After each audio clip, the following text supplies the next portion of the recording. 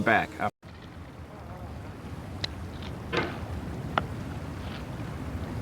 There's no feeling more intense than starting over.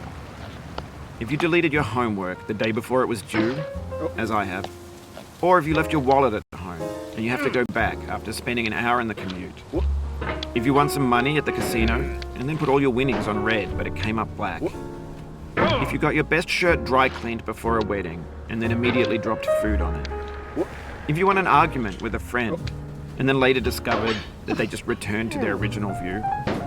Starting over is harder than starting up.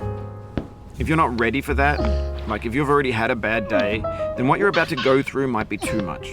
Feel free to go away and come back. I'll be here. Alright, thanks for coming with me on this trip. I'll understand if you have to take a break at any point. Just find a safe place to stop and quit the game. And don't worry, I'll save your progress, always, even your mistakes. This game is a homage to a free game that came out in 2002, titled Sexy Hiking.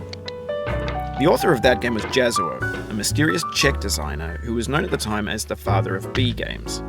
And B games are rough assemblages of found objects. Designers slap them together very quickly and freely, and they're often too rough and unfriendly to gain much of a following. They're built more for the joy of building them than as polished products. In a certain way, Sexy Hiking is the perfect embodiment of a B game. It's built almost entirely out of found and recycled parts, and it's one of the most unusual and unfriendly games of its time.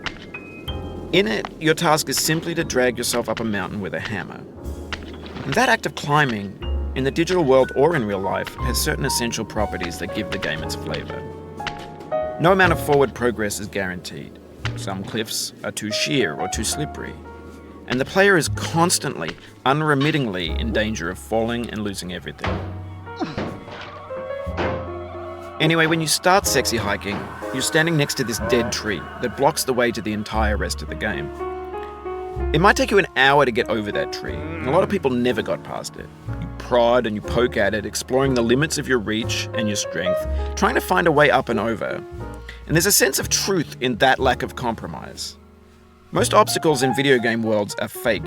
You can be completely confident in your ability to get through them once you have the correct method or the correct equipment or just by spending enough time.